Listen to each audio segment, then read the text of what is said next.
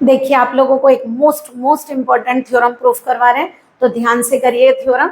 देखिए power series में ये थ्योरम दी गई है, to prove that if a series is to converge we must have limit n tending to infinity un equal to 0। हमें दिया गया अगर ये सीरीज कन्वर्जेंट है तो limit n tending to infinity un 0 होगा। क्या कन्वर्ज ट्रू है? तो आप लोगों को एग्जाम्पल देकर बताना है कन्वर्ज ट्रू है या नहीं है। चलिए सबसे पहले बताइए गिवन सीरीज हमारी क्या है। गिवन सीरीज इज हमें दी हुई है u1 plus u2 up to un, n term का सम है, यानी एक तरह से Sn क्या दिया हुआ है, समेशन un है ना, n is equal to 1 to n, ऐसे ही हो गया। ठीक है, अगर हमें ये सम दिया हुआ है तो देखिए ये बताइए given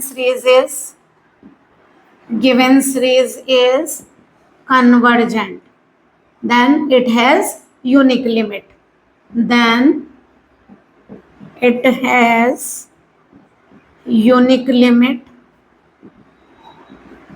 से s, मान लीजिए हमने s मान लिया, दैट इज, तो हम ये कह सकते हैं s is equal to limit n tending to infinitive Sn होगा। और देखिए अगर यूनिक लिमिट है तो इसको ये भी बोल सकते हैं limit n tending to infinitive Sn, और अगर हम limit n tending to infinitive Sn minus 1 करेंगे तो उसका आंसर भी कितना होगा, s। तो बताइए अगर हम वी हैव, मुझे un दिखाना है तो देखिए कैसे दिखाऊंगी, limit n tending to infinitive, अगर मैं Sn में से Sn माइनस 1 सब्ट्रैक्ट करूं तो देखिए क्या इसे ऐसे लिख सकते हैं, limit n tending to infinitive Sn minus limit n tending to infinitive Sn minus 1। तो बताइए ये क्या हुआ, देखिए ये n टर्म का सम और ये n माइनस 1 टर्म्स का सम। तो ऐसे देखिए मान लीजिए मैं 3 लिखूं तो यार 2 आएगा, तो देखिए अगर मैं 3 टर्म्स का सम लूं तो 2 टर्म्स का सम ये होगा, तो कौन सी टर्म बचेगी, थर्ड वाली। तो जब हम n टर्म के सम में से n माइनस 1 टर्म का सम माइनस करेंगे तो बताइए हमारे पास कौन सी टर्म बचेगी, nth ना। जैसे आपने यहाँ 3 रखा था, यहाँ 2, तो कौन सी बची, थर्ड टर्म। 4 रखेंगे यहाँ 3 तो फोर्थ टर्म। जब यहाँ n रख रहे हैं n माइनस 1 तो कौन सी टर्म आएगी, nth टर्म। तो nth टर्म कौन सी है, un।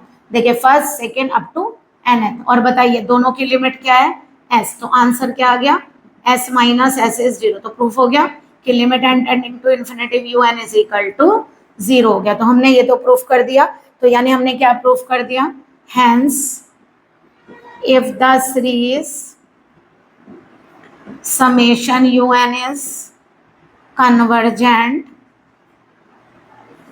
then limit n tending to infinitive un is equal to 0। तो हमने एक तो प्रूफ कर दिया।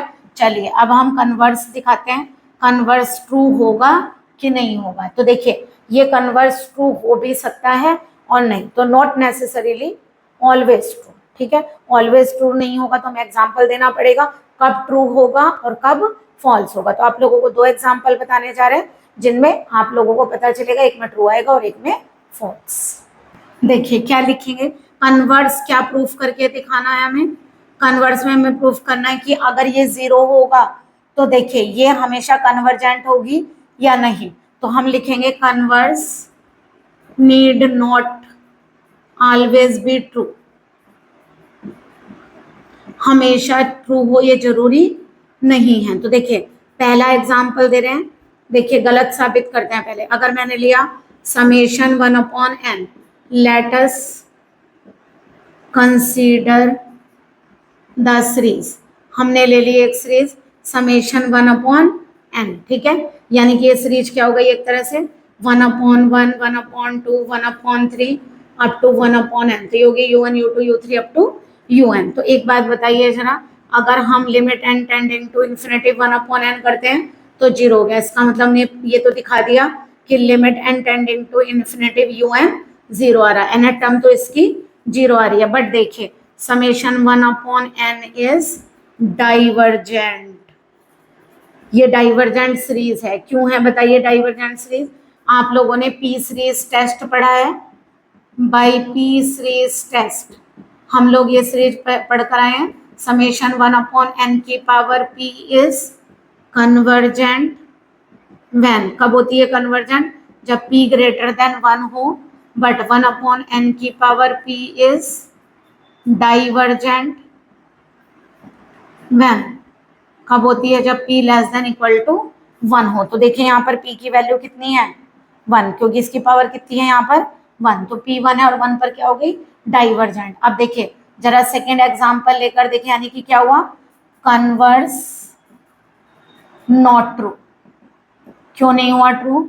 सिंस हमने ये तो प्रूफ कर दिया कि limit n tending to infinitive un 0 है, but summation 1/n is divergent. Convergent के बजाय क्या आई डाइवर्जेंट। नेक्स्ट एग्जाम्पल लीजिए, मान लीजिए हम समेशन 1/n² ले लें, ठीक है। अब जरा देखिए ये सीरीज क्या हो गई 1/1², 1/2² अप टू 1/n²। तो जरा limit n tending to infinitive un लीजिए, un का मतलब nth टर्म, तो ये क्या हो गई limit n tending to infinitive 1/n²। आप चाहें तो यहाँ भी लिख दीजिएगा limit n tending to infinitive un, ठीक है 1/n²। 1/इंफिनिटिव क्या हो गया 0। इसका मतलब क्या प्रूफ कर दिया कि limit n tending to infinitive un क्या आ गया 0। हियर समेशन 1/n², यहाँ p की वैल्यू कितनी है 2 और 2 1 से क्या है ग्रेटर, तो इसका मतलब क्या हुआ हेंस इसका मतलब हुआ कि summation 1/n² is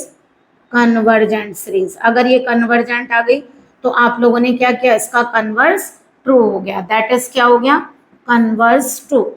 converse true होने का मतलब क्या हो गया कि अगर limit n tending to infinitive un 0 आया तो वो जो सीरीज होगी वो कन्वर्जेंट होगी। तो देखिए ये ट्रू हो भी सकता है और ये नहीं, सीरीज पर डिपेंड करता है कि हमारी सीरीज कैसी होगी। ओके, तो हम लोग हमेशा ये नहीं कह सकते कि ऑलवेज ट्रू होगा और ऑलवेज फॉल्स होगा, ये भी नहीं बता सकते। ओके, तो यानी कि आप लोगों को लिखना पड़ेगा converse not always true. Okay, I hope आप लोगों को ये क्वेश्चन क्लियर होगा। प्लीज अगर आप लोगों को हमारी वीडियो समझ में आ रही हैं तो प्लीज चैनल को सब्सक्राइब भी करें। Okay, thank you so much for watching my videos. Good day and good luck.